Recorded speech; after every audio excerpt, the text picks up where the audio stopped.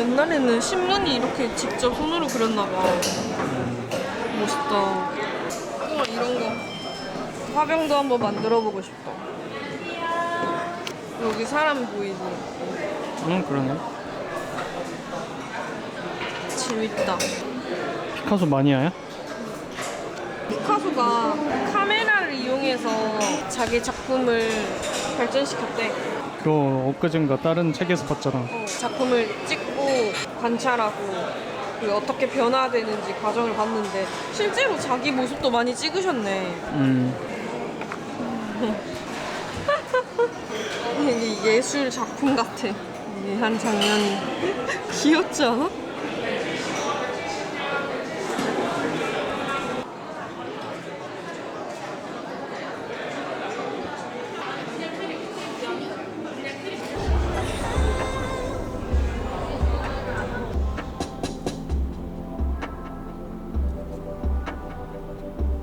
어디가? 어디 가는 게 목적이 아니라 내비도 안 찍고 어디로 가고 있는 거야?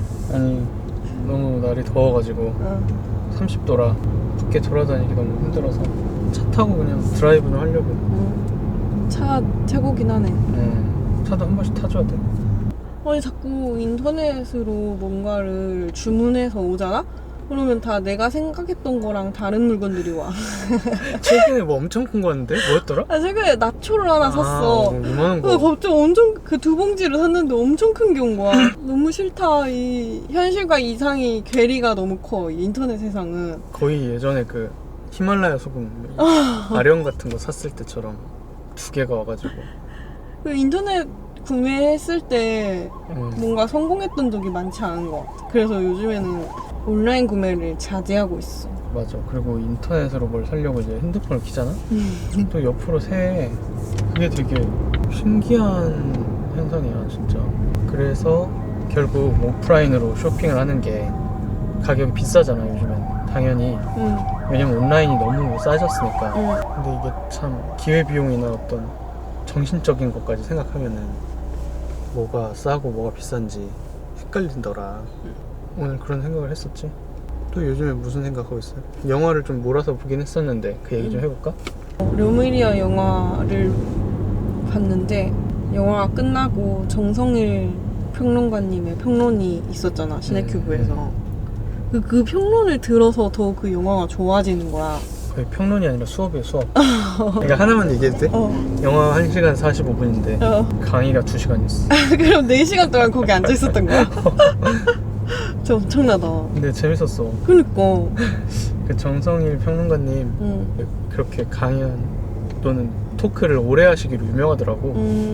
나는 몰랐는데 소문이 자자하더라. 그 평론 하시는데 손글씨를 쓰고 막 색연필로 이렇게 색칠해져 있는 A4 용지가 여러 장 있었잖아. 한 10몇 장. 그 준비해 오신 그 모습이 좀 멋있더라. 멋있었어.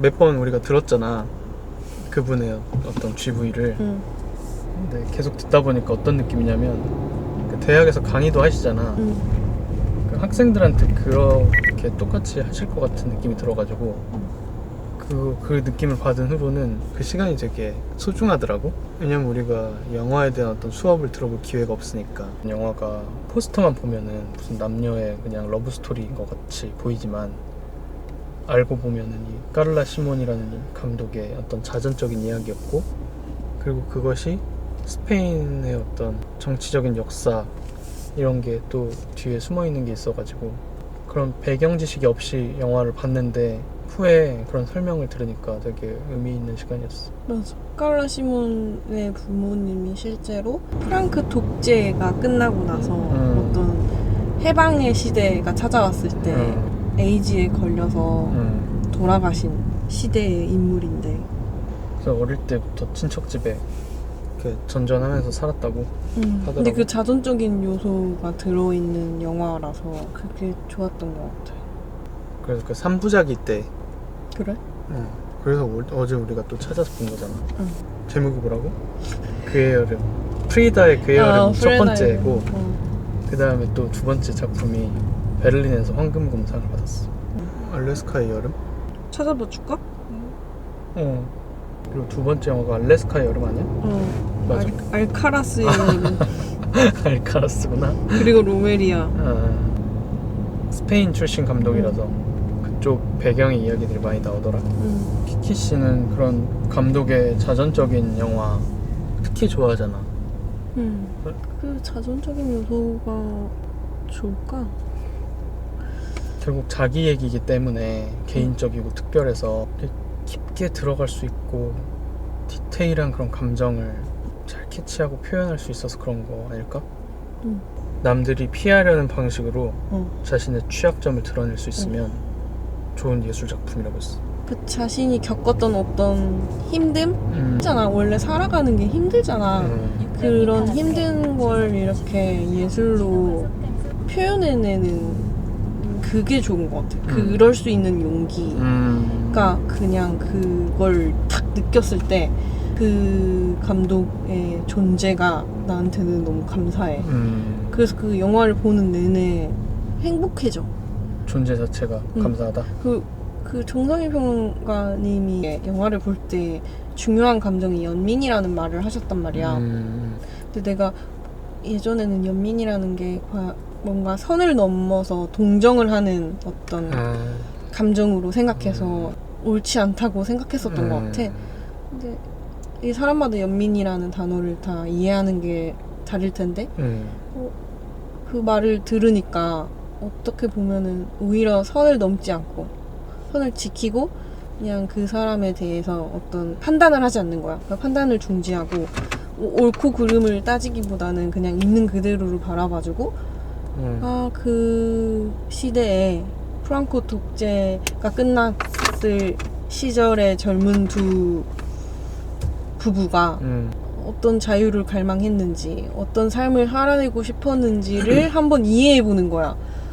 그 에이즈라는 병으로 뭔가 이렇게 프레임을 씌우지 않고 그런 경험을 하게 됐을지를 한번 이해해보려고 하는 마음? 이런 것들이 느껴져서 그 영화를 볼 때 그런 젊은 부부의 딸이 만들어낸 영화인데 그 과정 자체가 부모를 애도하고 있다는 것도 느껴졌어. 그래서 그 모든 게 좋았다. 그래서 나도 자전적인 요소의 어떤 뭔가를 만들어내고 싶긴 해. 한강이다.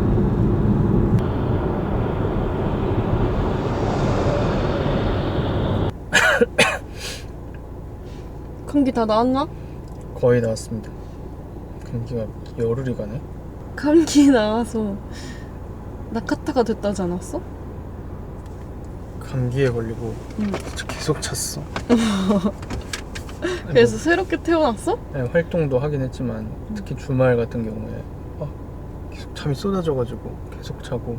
그 말을 했던 이유는 지금 해변의 카프카를 다시 읽고 있거든. 근데 나카타라는 노인이 나오잖아. 잠을 뭐 34시간씩 자. 그러고 나서 뭔가 다시 태어나서 입구에 돌을 찾아다니잖아. 그런 느낌으로 나도 다시 태어나 보려고 하는 거지. 아픈 걸 핑계로? 아니 잠을 막 오래 잔 걸 이제 메타포로 삼아가지고.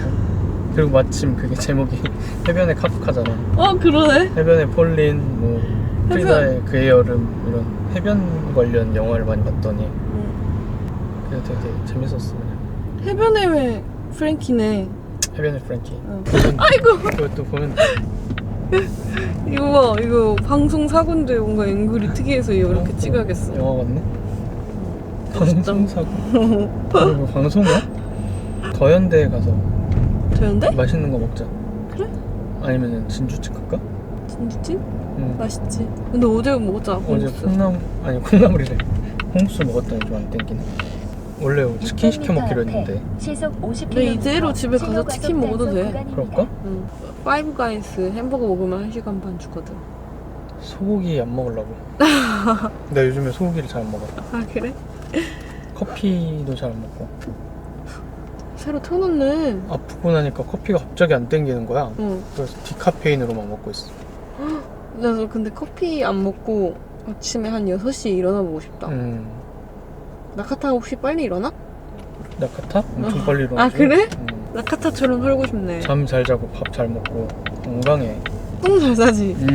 내가 진짜 좋아하는 그런 대사가 반복적으로 나오거든. 나카타는 가보면 안 돼. 자꾸. 지금은 몰라. 근데 가야 한다는 사실은 명확해. 근데 무슨 일이 일어날지는 가보면 알아. 그래도 왔으니까 한번 갈까? 가보면 알겠지. 나도 왜 왔는지. 그런 태도가 되게 좋다고 느끼거든. 현지를 사는 태도. 그래서 그 호시노라는 청년이 따라다니는데 이 나카타라는 노인의 이런 삶의 태도를 되게 감명 깊게 보고 또 그의 인생이 조금 더 달라지는 또 그런 계기가 되거든. 맞아. 갑자기 클래식 음악에 관심을 갖거나 베토벤에 대해서 막 책을 찾아보고 재밌어 진짜. 다시 읽어보고 싶네. 나도 재미있게 읽었었는데 해변의 카프카. 난 이번에 3번째야. 다무라 카프카라는 청년의 이야기. 여기 있네. 어디? 저기 비포 써있는 아래. 엄청 좋은 자리 있는 거 아니야? 주차운이 좋은 나카타. 아니네. 나가신다. 엄청 좋은 자리가 났어 갑자기. 눈앞에서. 가보면 알지? 난 신기하게 이렇게 주차장이 나를 기다린다? 근데 진짜 신기해. 가끔 운전하고 싶진 않아? 난 그래. 운전이 재미가 없어. 즐거움은 아니야? 짐이야. 그래도 그런 걸 잘 알고 있네? 자신한테 어떤 즐거움인지 괴로움인지. 해봤으니까 알지. 진짜 이사 오고 나서 한 번도 안 했지. 또 신기하다. 근데 뭔가 어디로 가서 내가 일 처리를 해야 할 때는 또 책임감 있게 할 수는 있긴 하거든? 근데 그거를 굳이 내가 안 해도 되는 상황에서 안 하고 싶어. 예전에 사업할 땐 차 많이 탔는데 나 회사 다니고 혼자 차 타고 어디 가야 될 때 진짜 이사 오고 차 진짜 안 타긴 했다. 가끔 북토크에서 살고 싶은 동네로 이사하고 나서 변화한 점에 대한 질문을 받았었잖아. 근데 그 중에 항상 우리가 대답하는 것 중에 하나가 차를 잘 안 타요. 진짜 그 키로수가 잘 안 올라가. 근데 그 차를 안 탄다는 사실이 되게 사소한 변화라고 생각했는데 삶의 리듬이 바뀐 기분이 들었어. 차로 다니는 속도랑 이제 그 시간 동안에 이제 걸어 다니니까 확실히 맞네.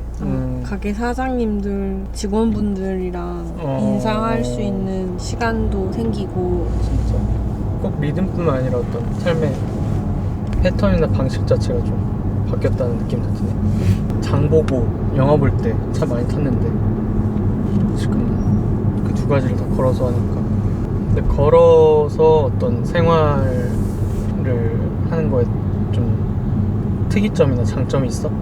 예를 들어 장 보거나 영화 보러 가는 거, 뭐 쇼핑도 사실은 명동까지도 맘먹으면 걸어가고 유니클로 무인양품 이런 거 걸어서 갈 수 있으니까. 이게 제약이 없어진 거지. 뭔가 하고 싶을 때 내가 할 수 있는 자유도 가볍게 좀 가벼워진 생기는 거지. 근데 그게 사실 어떤 좋아하는 삶, 뭐 행복한 삶이 멀리 있다고 생각하지 않거든. 그냥 그런 사소한 하나하나. 내가 영화를 보고 싶을 때 내 다리로 그냥 걸어서 영화관에 갈 수 있는, 이게 나한테는 엄청 행복한 일이니까. 그거를 근데 경험하고 알았지. 이게 멀리 있을 때는 몰랐는데 가까이에 한번 살아보니까 이게 나한테 좋았구나를 경험을 통해서 알게 된 거지. 꼭 특정 영화가 아니더라도 영화 자체를 한번 보고 싶다 할 때 걸어서 프로그램을 확인해 볼 수 있는 그냥 가벼운 그런 상태? 그런 거 얘기하는 거지? 근데 나는 또 온라인 세상이랑 그럼 잘 안 맞는 것 같아. 너도 그래. 너무 복잡하고 옛날 사람이 돼버려가지고 벌써. 근데 그게 옛날 복잡해, 오늘 너무. 문제가 아니라 위아영이라는 영화도 보면 나오지만 오히려 올드 패션들이 디지털 기기들을 더 빨리 얼리 어답터처럼 쓰고 커플로 나오는 그런 젊은 부부들이 LP 듣고 이어폰으로 듣고 하잖아. 사람들 보면은 이렇게 선 있는 이어폰으로 듣고 그러더라. 오히려 그 충전하는 게 불편해서 맞아. 아마 그걸 이용하시는 것 같아. 음질도 더 좋대. 사실 선이 연결돼 있으니까. 그러니까 아날로그의 반격이라는 그런 책도 있었듯이 확실히 우리 또는 더 젊은 세대들은 그게 더 새롭고 약간 태어나기를 디지털 세대에서 태어났잖아. 그러니까 이게 특별하다기보다는 오히려 좀 치이는 게 있는 거지. 너무 디지털처럼 빨리빨리 해야 되는 게 좀 지치기도 하고 약간 강요받는 그런 느낌도 있는 것 같아. 그래서 카톡도 자꾸 안 쓰려고 하고 역행하려고 하는 게 어쩌면 좀 자연스러운 흐름 같아. 우리가 걸어 다니는 라이프 스타일로 바뀐 거랑 좀 일맥상통하는 느낌이지 않아? 천천히 그냥 비효율 속에서 오히려 비효율 속에서 느낄 수 있는 어떤 나만의 특별한 가치를 찾아 나가겠다는 그 태도랑 비슷한 것 같아. 그런 거 같네. 너무 쉬워지면 그게 가치가 좀 낮아지잖아.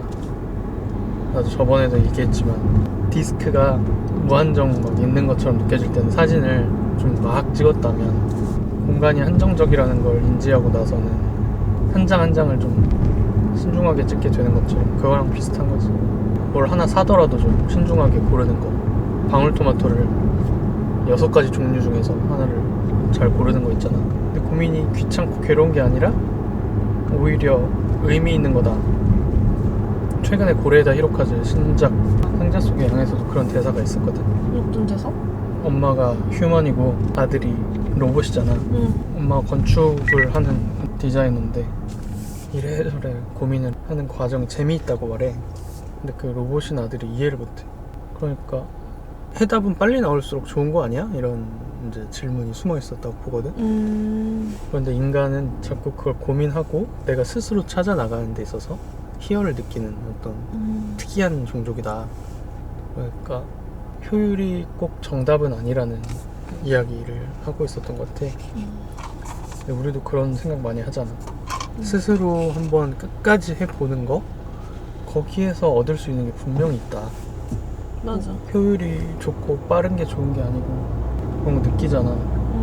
그래서 영화도 자꾸 굳이 비효율적으로 오프라인 영화관에서 돈을 지불하고 보려고 하는 것도 거기에서 얻을 수 있는 게 분명히 있거든. 깜깜하게 물리적으로 집중할 수밖에 없는 큰 스크린에서 어떤 영화를 감상했을 때 집에서 패드나 노트북으로 본 것보다 훨씬 크게 남는 그 감동이 있거든. 맞아. 책도 비슷한 것 같아. 온라인으로 읽는 것보다 그 물리적인 종이책을 넘겨서 보는 게, 또 빌려서 보는 것보다 사서 보는 게 개인적으로는 그 감동의 크기가 돈의 차이보다도 더 크게 나는 가치 있다고 느끼거든. 사람 아무리 그 인터넷과 AI가 발전을 해도 실제 경험을 하고 싶어하는 욕구는 줄어들지 않는 것 같아. 오히려 비효율이 빠른 길처럼 느껴져 요즘에는. 신기하지? 그러니까 이게 느린데 강해. 나만의 속도가 결국엔 제일 빨라. 효율은 생산성을 높이기 위해 필요한 단어인 것 같고, 나 자신으로 사는 데는 생산성이나 효율이 사실 하나도 필요 없을지도 몰라. 나는 그런 생각도 해. 반대말인 것 같아. 사랑과 효율은 반대말인 것 같거든. 효율적으로 사랑하지 않잖아. 우리 누군가 남을 사랑할 때도 그렇잖아. 근데 나 자신을 사랑하는 일이 어떻게 효율적으로 되고 그게 생산적으로 되겠어? 그냥 바보 같고 멍청한 방식으로밖에 할 수 없는 거 아닌가? 그리고 상처 받을 만큼 받아보고 치유해 나가는 과정 속에서 또 나를 발견하는 거고 그런 거 같아. 이제 효율을 무시하고 살아보자. 그런 거? 카메라가 날아다니는데? 그것도 하나의 어떤 촬영 기법이 될 수도 있는 거지. 툭 올려놓고 했더니. 집에 가서 책 읽어야지 또. 이번에 가볼까? 2권 이제 거의 마지막 부분이야. 한 2주 동안 재밌었다. 그 다음 책을 이제 또 태엽 감는 새 읽어야지.